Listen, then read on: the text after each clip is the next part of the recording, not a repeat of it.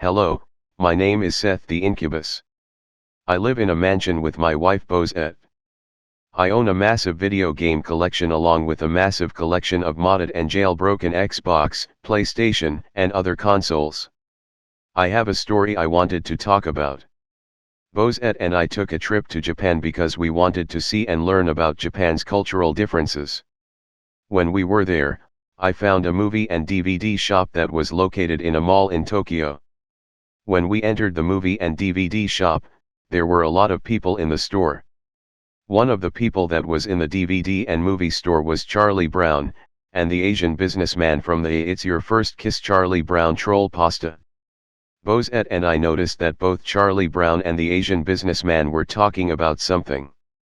We then went up to them and we asked what is going on. Charlie Brown and the Asian businessman then said to us that they came here on a business trip to Japan. They wanted to visit Jin's family and talk to them about what was found in the DNA test. Jin is the Asian businessman's name, by the way. They got a lead about Jin's grandfather, who is a very bad person. His name is Heihachi Mishima. Jin said to us that he and Charlie Brown had to go to talk to Heihachi about the DNA test. Jin and Charlie Brown then left with Jin turning into his devil form named Devil Jin, and Charlie then rode on his back in their quest to find Heihachi. After Jin and Charlie Brown left, we then went up to the DVD and movie selection. And what we saw caught our eye immediately. There was a Home Alone 2 Lost in Japan movie for sale. Was this a rough cut? Bosette and I then picked it up and we went up to the register. The cashier was none other than Akira Fudo from the anime series Devil Man, the 1972 version of Devil Man, and beside him was his uncle Tom Selleck, which ironically looks like Akira's uncle from the actual Devil Man 1972 series. Tom Selleck was dressed the same as the uncle from Devil Man. We then said to Akira and Tom Selleck that we wanted to buy the Home Alone 2 Lost in Japan DVD, which had a pretty interesting backstory behind its production. Akira and Tom Selleck revealed that a bootleg Japanese movie company named Yakuza Entertainment produced unlicensed parodies of movies that were made overseas. The Home Alone 2 Lost in Japan copy that I had in my hand was one of the only copies distributed on their now dead and defunct website, which is no longer accessible due to multiple copyright lawsuits by American media companies. But the only way to find copies of their unlicensed movies is on shady pirating sites. We then asked Akira and Tom Selleck how much the movie was. Both Tom Selleck and Akira said that it was $5.99. We then paid for the movie and we thanked Akira and his uncle, Tom Selleck, for telling us about the movie and how it was made. Bosette and I went back to our hotel room in Tokyo, which we rented for a couple of days. We then decided to watch Home Alone 2 Lost in Japan for the first time. The opening scene started with the family getting ready to go to Japan. But the odd thing is Kevin's mom and dad were two characters who I recognized immediately. Kevin's dad was Scorpion from Mortal Kombat, Kevin's mom was Shura from Soul Calibur 4. Both Scorpion and Shura called everyone downstairs to get ready for the trip to Japan. His brother was John Wick, his sister was Felicia from Darkstalkers, his younger brother was Doom Guy, and his uncle was the Dragonborn from the Elder Scrolls V Skyrim. When Kevin got downstairs, it was not Kevin at all. It was someone Bosette and I didn't even expect it. It was Nick from Left 4 Dead 2. After that, the second scene played.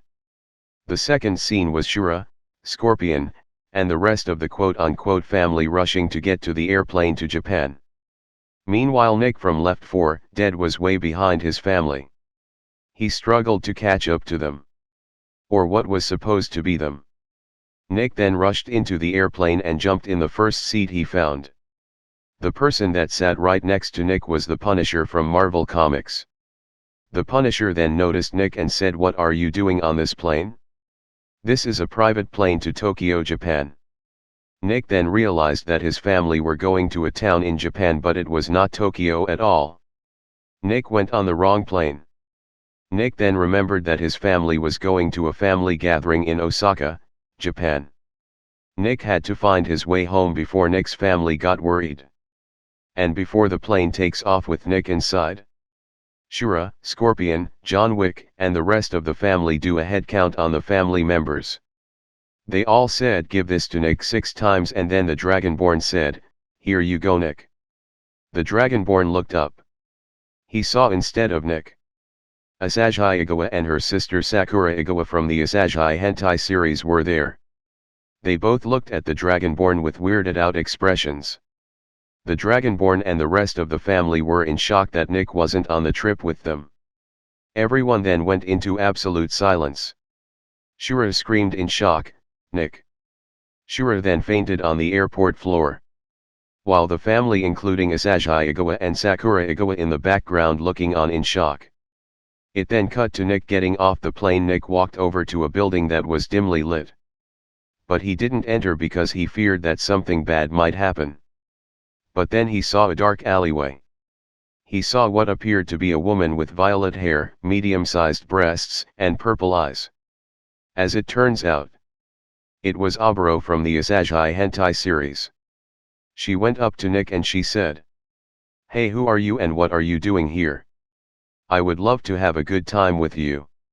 Nick then got pissed off at Oboro and he said in an angry tone to her, "Scrawny little bitch, I'm gonna kill." Oboro then got mad at what Nick said and she charged at Nick in a violent and sadistic manner. Nick ran the fastest in his life. That it then cut to a 15-minute chase scene involving Oboro from the Asahi hentai series. He then yelled at her and said, "Suck on this," while pointing to his crotch. Oboro then chased after Nick through parking lots, dark alleyways, malls, and hell, even a Japanese strip club. Oboro even bumped into Anoka from Dead or Alive 5 last round. Anoka then said to Oboro, "Hey, watch it woman." When Nick went into the strip club, Oboro chased after Nick. But Nick had the perfect plan. Nick grabbed a person's drink and spilled it on the floor. Oboro then slipped on the spilled drink. Oboro went 360 degrees into the air and fell on her face with her ass poking out. Suddenly Glenn Quagmire from Family Guy entered the scene and he took pictures of Oboro's ass. And he said, "Giggity giggity goo. I'm glad I got to take pictures of you." After Quagmire took pictures of Oboro's ass, Nick escaped Oboro's wrath. Nick then saw Oboro coming out of the strip club completely wet from the spilled drink that Nick poured on the floor to distract her. He then ran into a love hotel. For some reason, he saw 2 couples in the hotel. It was none other than Haiti from the Steam game from the same name and Moby from Brain Pop holding hands together. The other couple was the Dark Author and an aged-up Konako from the fanservice anime High School DxD. Nick then hid in the love hotel in fear of Oboro spotting him. Suddenly, Nick felt something or someone touch his shoulder. The person was none other than the Punisher from Marvel Comics.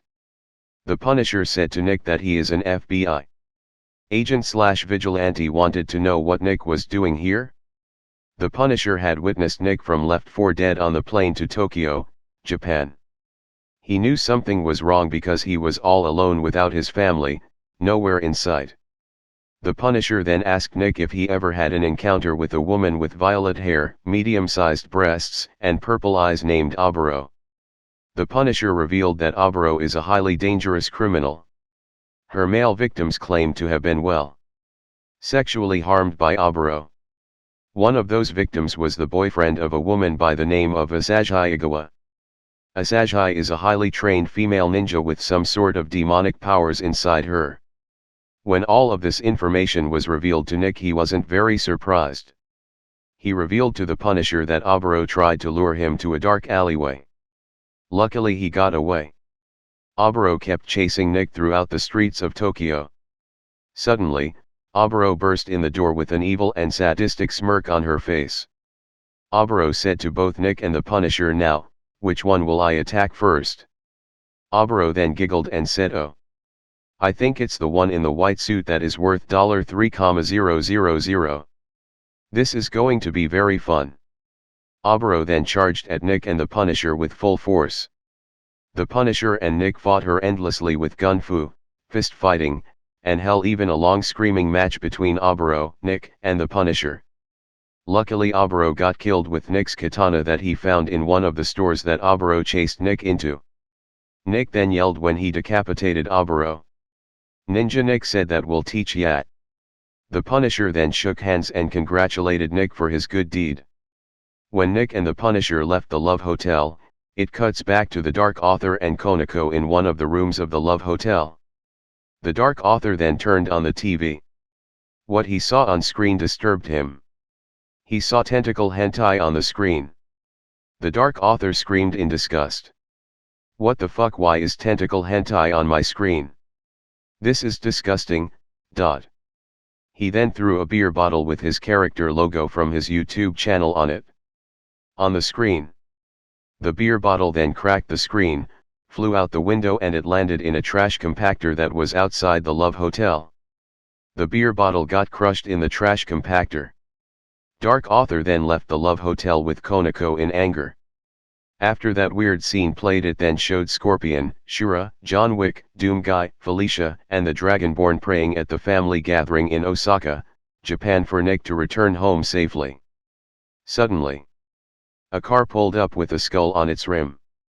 The people who came out of the car were the Punisher and Nick. The Punisher then knocked on the family gathering house that was owned by Nick and his family. Shura from Soul Calibur then greeted the Punisher with open arms. Shura said to the Punisher, "Hello there. What's your name and what are you doing here in our time of need?" The Punisher said in response, "Hello, ma'am. My name is Frank Castle. I'm more well known as the Punisher. I am an FBI agent/vigilante who cleans the streets of horrible people, criminals, and corrupt politicians among others. I believe this is your son, right?" The Punisher then let Nick out of the car with the skull on it. The Punisher then brought Nick over to Shura. Shura and the rest of Nick's family noticed that Nick is back with the family that he helped find Nick. Then everyone including Shura asked the Punisher how he found Nick. The Punisher explained the whole situation and story from beginning to end. Needless to say, everyone including Shura was shocked, but happy that Nick came home safely. Everyone then thanked the Punisher for his kind act.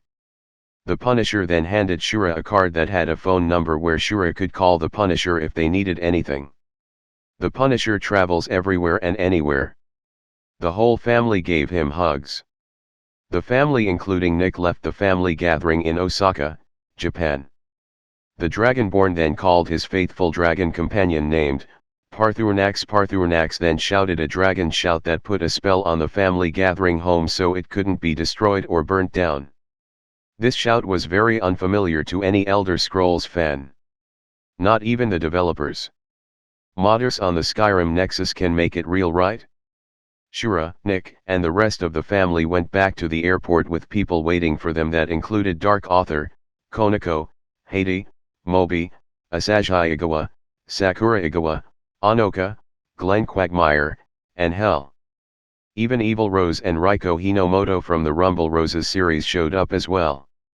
Shura, Nick, and the rest of the family then invited everyone to a Christmas dinner including Christmas carols, a Christmas feast and party, and even Christmas gifts and movies that they can all watch. Everyone agreed that they would come to the Christmas party. 2 weeks later, as a time-lapse played on Christmas Day, Nick, Shura, Scorpion, John Wick, Doomguy, Felicia, the Dragonborn, Dark Author, Konako, Heidi, Moby, Asahi Igawa, Sakura Igawa, Anoka, Glenn Quagmire, Evil Rose, and Raiko Hinomoto opened their gifts. Shura got 2 new samurai swords to replace her old swords from 2008, Scorpion got a new spear and ninjutsu weapons to replace his outdated 1992 weapons, John Wick got another beagle which he named his Beagle Daisy. His dog died tragically years ago in 2014. Doomguy got the newest Animal Crossing game so he can play with Isabelle via Zoom. Felicia got a ball of yarn that she can play with. The Dragonborn got a smartphone with phone numbers and a contact list of the Dragonborn's wife Serena, his friends and closest allies automatically assigned onto it. Dark Author got anime figures of the High School DxD cast. Konako got a smartphone to call her husband Dark Author on if she needed help with something. Haiti got a level 100 laser gun perk to improve her gun skills. Moby got an ugly Christmas sweater with Tim, Haiti, and himself on the ugly Christmas sweater. Asahi and Sakura got some new ninja swords for their battles against Oboro, which ironically enough the Punisher and Nick helped out on. Anoka got a nice looking black shirt with the entire Dead or Alive roster crossing over with the Rumble Roses roster on it. Glenn Quagmire ironically got some hentai manga. Evil Rose and Raiko Hinomoto got some training and speed bags for them to practice on.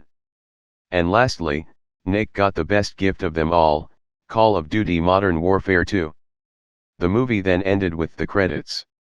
After the credits ended, some images and videos thanked everyone for supporting Yakuza Entertainment and their movies along with the cast and crew that developed the movies, as well as the live-action costumes of the characters, and some behind-the-scenes videos and screenshots. At the bottom of the videos and images, the text said this: "We at Yakuza Entertainment thank you for watching our movies and supporting us throughout the years. It was a very fun ride.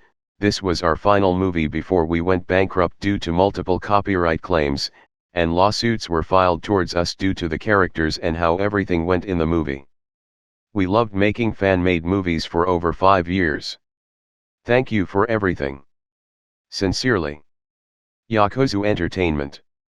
Bozette and I were amazed at what we saw in the movie. There were a bunch of crossover characters in it. The fact that they managed to get away with making fan-made movies with copyrighted characters and franchises for over 5 years is beyond astonishing. After we left the hotel, we saw that there was a private plane waiting for us. When we got on the plane, we saw that the driver of the plane was none other than Tom Selleck, still wearing Akira Fudo's uncle's clothes. Right by him was Akira Fudo himself. Tom Selleck then said to Bozette and me, "Ready to head back to the U.S.A?" We both said yes. We then headed off into the sunset, never to be seen again until 2022.